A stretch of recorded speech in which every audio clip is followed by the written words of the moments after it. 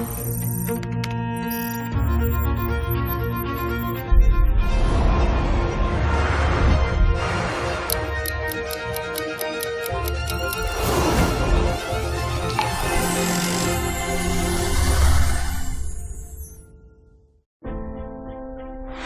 U.S. strength over 200 years has been its openness. Openness to goods, to capital, to ideas, to people. Why do people today feel that the United States policy have lost a sense of global purpose? I think President Trump has a very different approach, as we've discussed. I think one of China's challenges, where will demand come from? We're in an era where the ground is shifting. You'll see some decoupling of the Chinese and U.S. system. It's an imperfect world, but if you can make some progress in solving problems, it's a better day.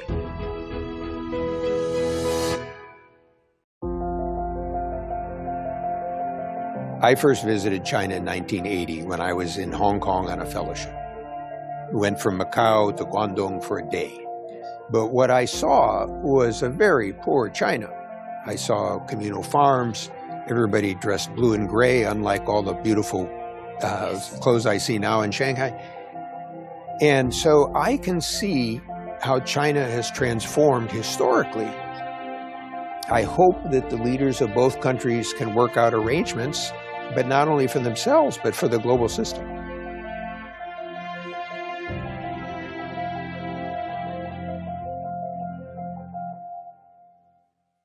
So Bob, thank you very much to come to my show. I'm pleased to be with you.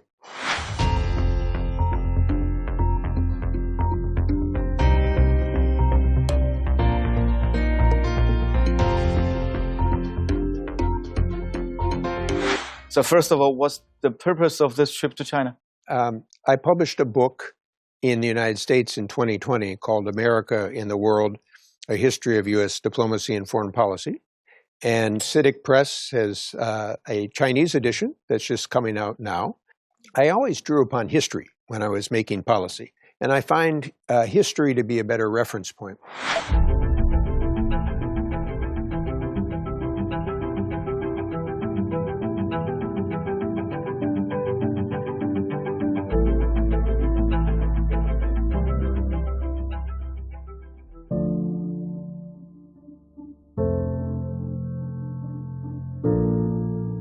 You summarized the 5 traditions in the U.S. foreign policy.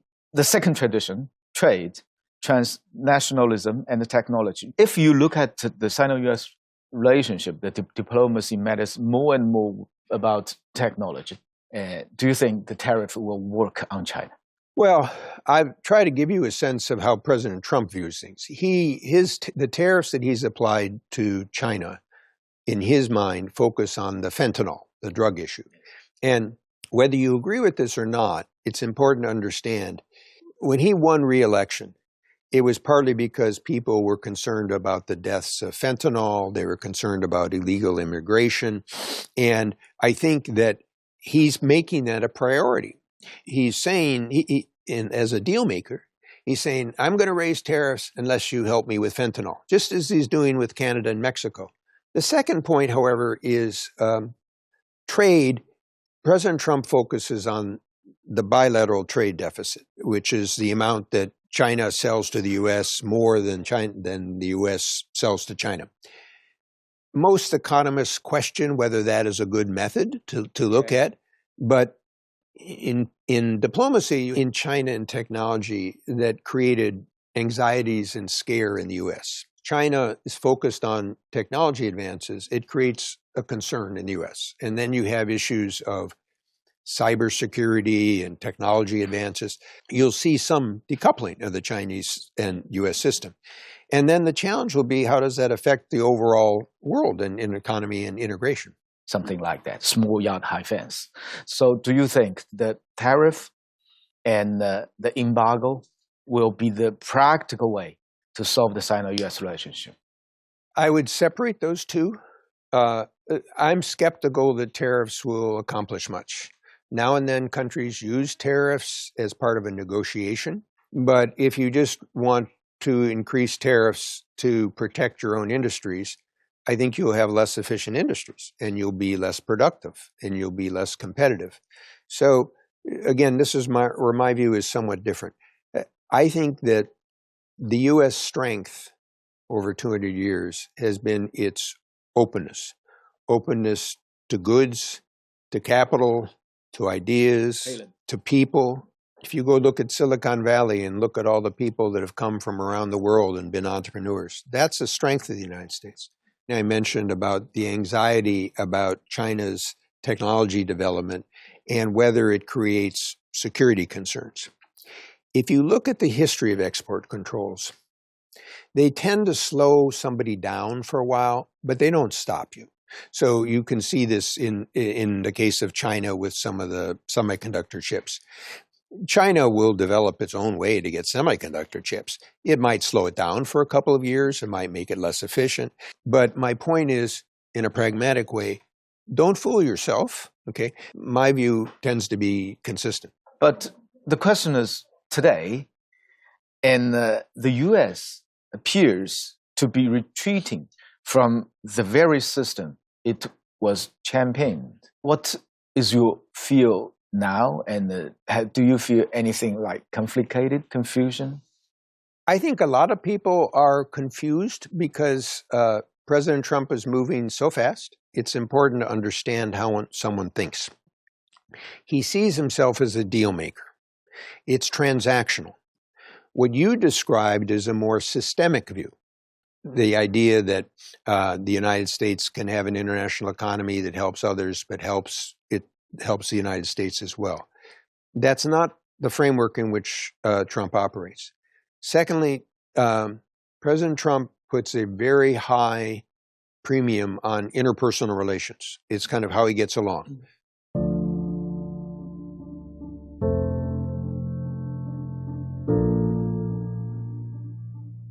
The first tradition, North America, your home continent. Ronald Reagan, the first president you served, said in 1979, the quote, word by word, said, "It's time to stop thinking our nearest neighbors as foreigners, as we are better off if we have Mexico and Canada as stronger partners." The question for you is it quite ironic to see these words today?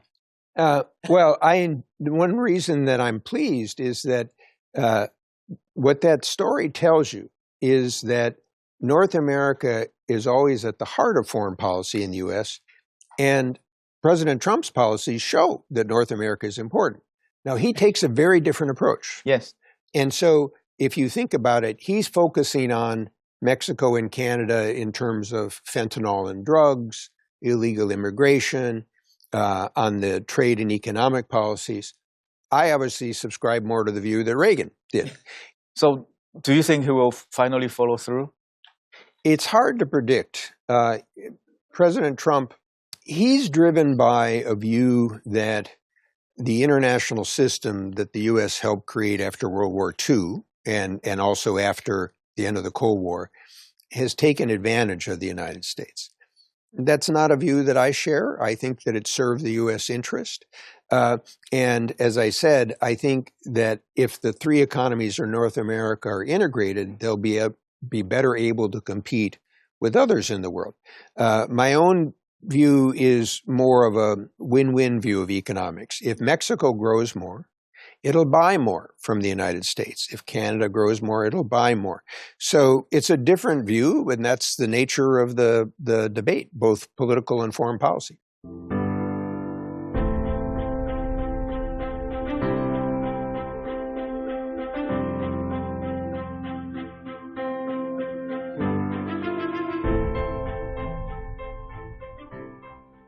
Do you think that market, the S&P 500, will be the final check to his agenda? That's a very good question. I think President Trump pays a close attention to markets. Yes. And so I think that will be one of the issues that he will watch. But he also views life as a deal maker, transactionally. And so I think, as he said, he'd be willing to endure some pain and difficulty to achieve what he wants to achieve. we'll just have to find out how long. And if the tariffs increase prices and inflation, the American public won't like that. I visited China in 1980. So Do you remember how many times you were here, including this one? Too many times to remember. So, Particularly after when I was with the U.S. Trade Representative in World Bank. And then when I was with the World Bank, I always tried to visit other provinces. So I visited Heilongjiang and Jilin Province, Liaoning, and then I went to I was in Sichuan a couple of times, including after the big earthquake.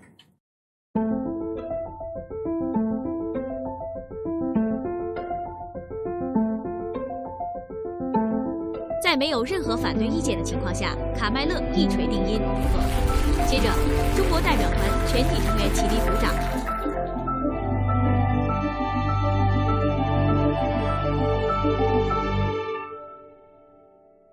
You actually, as USTR in the Bush administration into year 2001, you helped to finalize the final phase of China accession to the WTO. So is there any interesting stories you can share with us? I think it was Li Yongtu. He explained why the WTO accession was important in changing thinking in China. And he said, first, there was an old Chinese phrase that fish that swim in water that's too clear will die. Yes. And his point was that the WTO rules were supposed to emphasize transparency. Yes. And so he said this was how the WTO accession process tried to encourage China to use more transparent systems. The second one he used was, he said, in Chinese history, people said the wind blew from the east or the west or the north or the south. And so the notion of win-win, as opposed to zero-sum, was a new notion. And then the third was an interesting one, dealing with the private sector, which is one principle in the WTO is national treatment. So a country can treat companies any way it wants as long as it treats foreigners and its own companies the same. And he said many Chinese private companies like this idea because if foreign companies were supposed to be treated the same as state-owned enterprises, then the Chinese private companies could say, oh, we should have the same treatment as well. So I've always remembered those sort of three observations. One of the other challenges that China faces is the role of the private sector. recently there was a symposium, there was a meeting with our leader in the business, business people from the private sectors. Yeah, the challenge is, obviously, that's a pragmatic response. We want to send a signal to the private sector.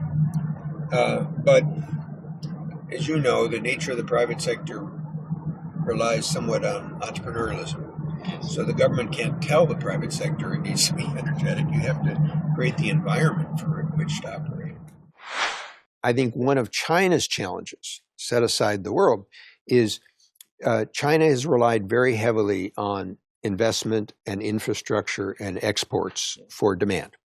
And so the consumption rate is relatively low compared to globally. It's like 39% of GDP. The US is about 70% of GDP. That creates an imbalance because if you run out of new bridges to build or infrastructure, and we saw what happened with the real estate sector, then the question is, where will demand come from? And going back to the report that we did with China, the DRC, the Development Reform Council in 2012, we identified many of these issues, including a safety net so that people will feel more comfortable consuming.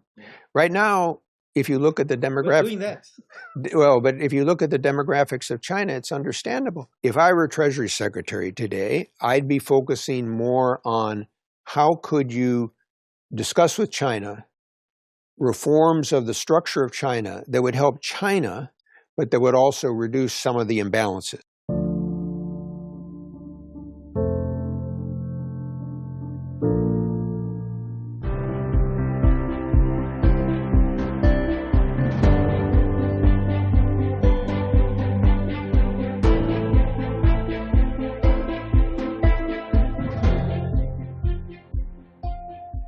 So there's sometimes a gap in understanding. What I was trying to do by urging China to be a responsible stakeholder was to say the international system the U.S. helped create had benefited China. China had great progress. So it would be wise for China to figure out how it could support, but also adapt that system, because it always has to change. And I was also trying to communicate to a U.S. audience about sort of the next stage of policy. And if you look back in time, there were a number of contributions. So, for example, during the global financial crisis, China had a very big stimulus program, just like the U.S. had. Do you think, is it still possible for our two great nations to play a win-win game? I certainly hope so, because with the two most powerful nations, if they're in conflict, it's not going to be good for them or the world. I think in the current environment, a lot will depend on the type of arrangements that the two presidents talk about. Second, avoid miscalculation. And then try to see if you can find some common ground to build on. And then they'll come to the idea of how can they both benefit economically. And then to take the next step would be, are there other areas they can cooperate in, whether it's dealing with climate? In reality, you have to build on a foundation. And that foundation requires some sense of trust and some sense of understanding your counterpart's perspective. Yes. And fortunately, that's not your job or my job. You visited a lot of places in China. Do you feel any differences between your personal experience and the stories you read on the Western media about China? China is a vast country like the United States. So I think it's very hard to generalize.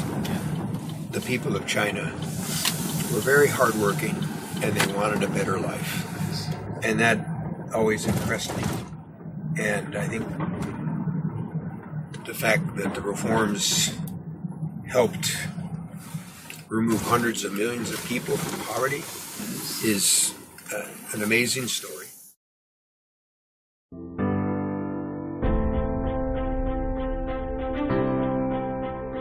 So I'm talking about the book at some universities and having a chance to engage with people on that topic.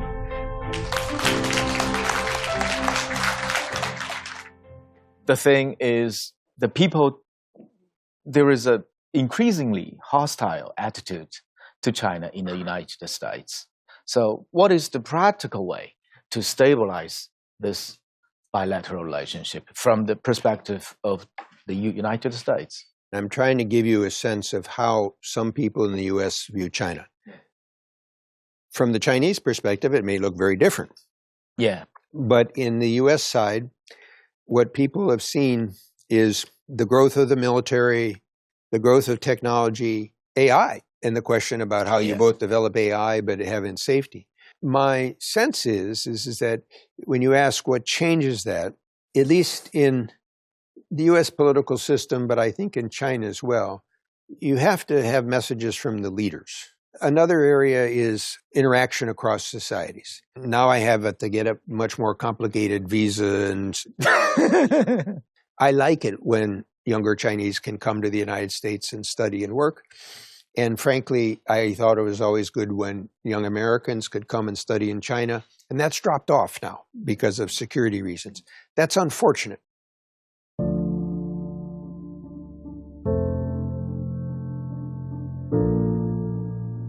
Back to your book, The Third Tradition, Alliances and Order. You know, the alliances is a very important vehicle for the United States to operate, to engage with the world for over 70 years, and especially in Europe. So how will it operate today, especially after the dramatic initiative by President Trump to end the war? President Trump's view is that whatever that system did for 70 or 80 years, it's taken advantage of America. So he looks and says, why is the U.S. spending so much for Europe's defense when Europe doesn't spend more? Okay, we're in an era where the ground is shifting. The other one, which we've talked about, is if it becomes more a system of great powers, I don't like the Cold War analogy. I think the analogy would be more like 1900, okay? But now the great powers are the US, China, India, Russia militarily, and maybe Europe. We'll have to see with Europe, and maybe Japan. But that's a different world. So what I'm suggesting is it's impossible to predict the future. Be careful of the changes, and at least from my career, but I recognize I have a bias, the systemic aspects and institutions in security and economic terms, by and large, made a better world for all of us. So be careful about if you end them, okay? So take another example from the economic side. So I was president of the World Bank. I worked closely with the IMF. These are modest institutions, but they provide a neutral ground for people to try to solve problems together. My point is, at the end of the day, a lot of the work becomes, it's an imperfect world, but if you can make some progress in solving problems, it's a better day. Final tradition about American purpose. Why do people today feel that the United States policy have lost a sense of global purpose? I think President Trump has a very different approach, as we've discussed. His language is America first, yes, or make America great again. Okay, he represents a view that says is more American national interest in a narrower definition. Even if the pendulum swings back, I think that Trump's disruptions will mean that it can never go back exactly to the way it was before. If you're Canada and Mexico today, are you going to trust the United States to the same degree? Probably not. Okay? And this is another historical point. You see, when I was first... The damage is done. Well, there's some damage. Chinese viewers would not necessarily be aware of this. The U.S. fought a war with Mexico in 1846, 1847. The United States took about a third or a half of Mexico's territory. So those states, Texas, Arizona, New Mexico, California, those were all part of Mexico. Okay? Not surprisingly, for about 100 years, Mexicans were very distrustful of the United States. There was a famous phrase that said, "Poor Mexico, so close to the United States, so far from God." Now, the whole point about North American Free Trade Agreement was more than trade. You also mentioned that we're moving from a rule-based international system to a power-based international system. How to survive? Well, as we've discussed, I think it looks more like 1900. It will require a negotiation among the powers to try to avoid conflict and achieve stability. It creates some opportunities for some of the middle countries because they'll try to maneuver among the different powers. But they have to be careful because if you don't have a rules-based system, the actions depend a lot more on the case-by-case evaluation of whether somebody is hurting you or helping you. So it all underscores the point we've been discussing, which is we're transitioning into a different system. It will pick up elements of the past. That's why it's good to study history. It's good to understand it. But it will chart its own course. And that's for the younger generations that we're speaking to. So I'm speaking to people at Fudan University, where you went, and others. It will be up to them to solve these problems. Thank you very much, Bob. Thank you very much.